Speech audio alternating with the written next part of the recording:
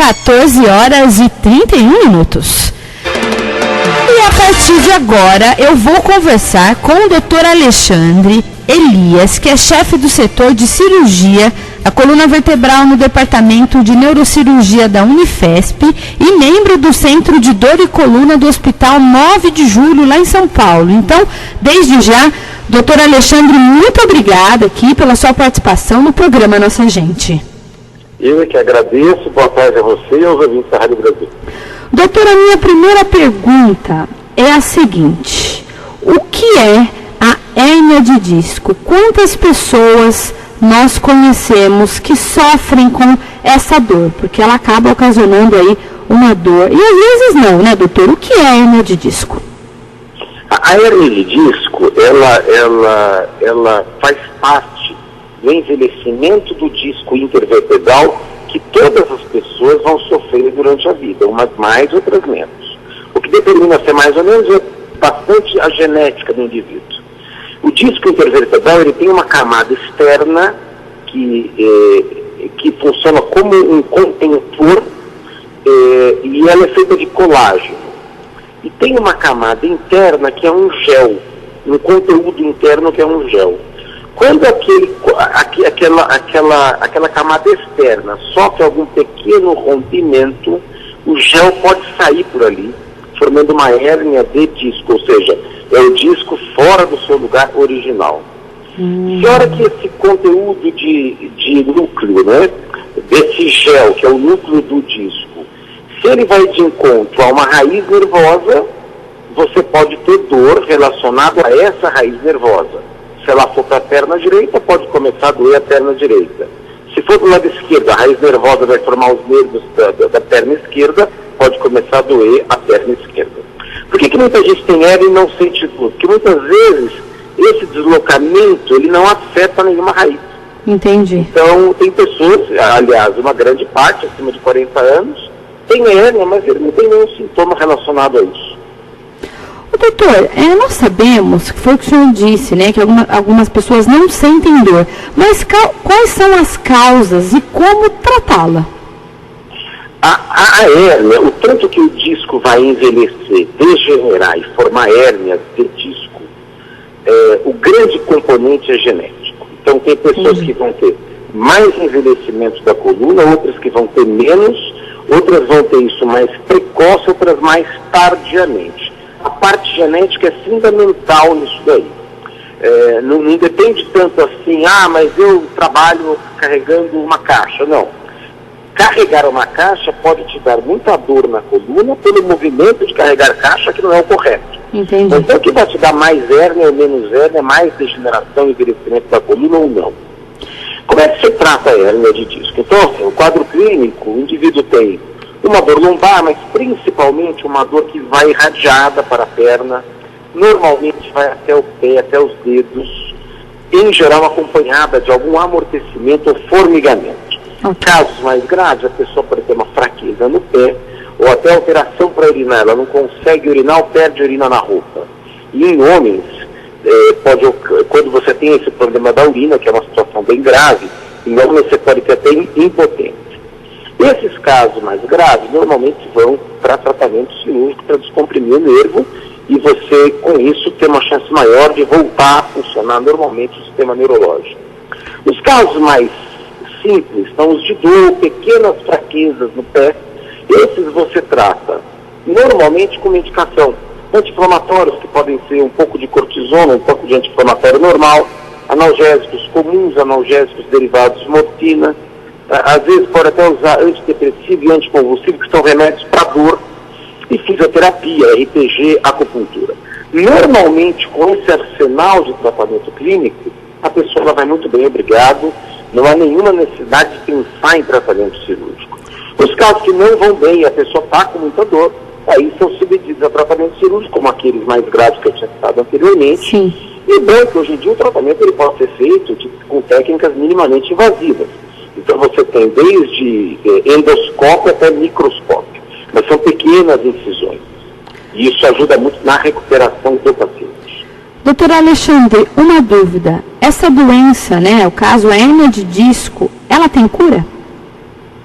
Não, ela tem controle. O ideal é você tirar o indivíduo do sintoma. Do quadro de crise. Imagine que você faça, pega uma pessoa de 40 anos, 50 anos, ele não sente nada na coluna. Aí a gente faz um bingo e ele ganhou o direito de fazer uma ressonância. Ele vai lá e faz a ressonância mesmo sem sentir nada. E nós encontramos 5 hérnias de disco. Que doença é essa? Nenhuma, porque não tem sintoma. Entendi. Isso é envelhecimento normal da coluna daquele indivíduo. Então, os indivíduos que têm sintoma, a gente só quer, não que a hérnia desapareça. A gente quer que o indivíduo melhore os seus sintomas, porque mesmo que ela desaparecesse como num passo de mágica, ou mesmo como a gente faz em tratamento cirúrgico, a pessoa pode ter hérnia nos outros níveis da coluna. Nossa, eu já sei, pelo envelhecimento da coluna. O objetivo do tratamento clínico e também do cirúrgico é que tire ela daquela situação muito sintomática, de muita dor ou com algum déficit neurológico. Por que a hérnia sempre vai ocorrer? Por que ela é normal? A formação de hérnia ela é normal. O ser humano, à medida que ele é mais novo, por exemplo, ele tem 20 anos, o disco intervertebral ele é bem alto, ele tem mais de 1 centímetro de altura, 1,5 centímetros, e os ligamentos da coluna, eles funcionam bem, ou seja, esse indivíduo, ele tem uma elasticidade da coluna ótima, ele abaixa para pegar alguma coisa e a coluna fica toda protegida por esses ligamentos que estão funcionando bem. À medida que você vai envelhecendo, com 50 anos, os seus discos vão diminuindo de tamanho, os ligamentos já não funcionam muito bem e a coluna passa a ter uma hipermobilidade. Nessa hipermobilidade é que, em geral, facilita de ter hérnia. Que a coluna fica um pouco mais solta, as pessoas podem queixar de dor.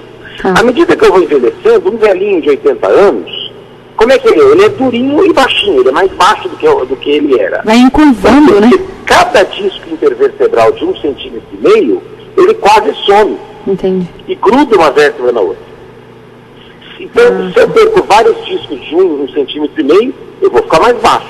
Se eu grudar uma vértebra na outra, eu vou ficar rígido. Por isso que o velhinho é todo durinho. Ele vai virar, ele tem que virar o corpo todo para olhar para algum lugar.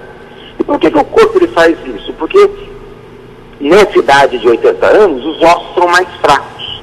A hora que eu grudo um no outro, fica igual um reboque numa parede fraca. Evita de trincar ou de quebrar essa parede. Na coluna, evita de quebrar por osteoporose, fratura por osteoporose. Esse grudar, essa fusão das vértebras, funciona como um protetor para não quebrar, já que nessa fase da vida, você vai ter algum grau de osteoporose, muito provavelmente. Ô, doutor, a musculação e o pilates ajudam a melhorar ou amenizar aí esse quadro de crise da hérnia de disco?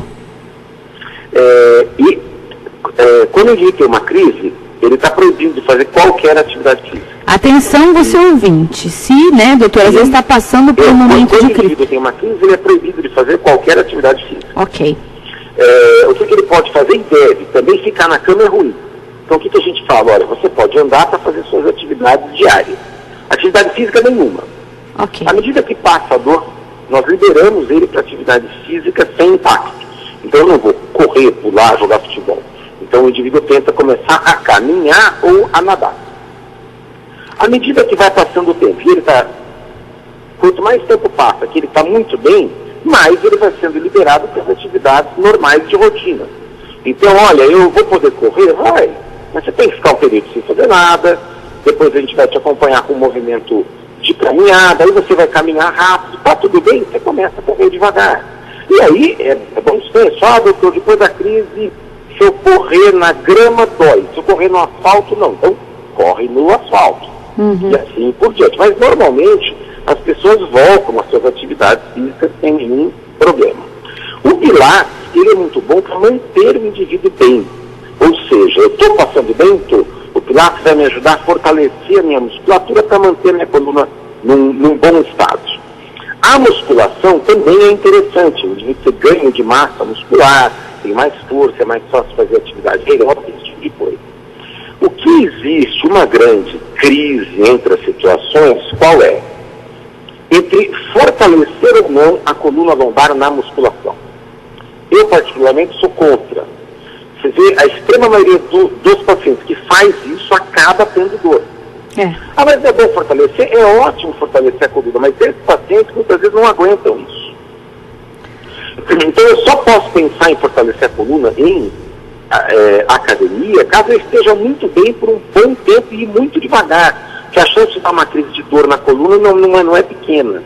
Então o que eu oriento? Faça musculação para braço, faça para perna, e a sua coluna se fortalece andando ou até correndo, se você já puder, que fortalece toda aquela musculatura em volta da coluna vertebral. Doutor, o sedentarismo é um fator aí que a gente sabe que quem fica muito tempo sentado, ou mesmo quem não pratica esporte, acaba tendo dor não só na coluna, nas costas, enfim. Isso pode gerar aí uma hérnia de disco, ou às vezes o diagnóstico pode ser feito desse sedentarismo? Tem alguma relação?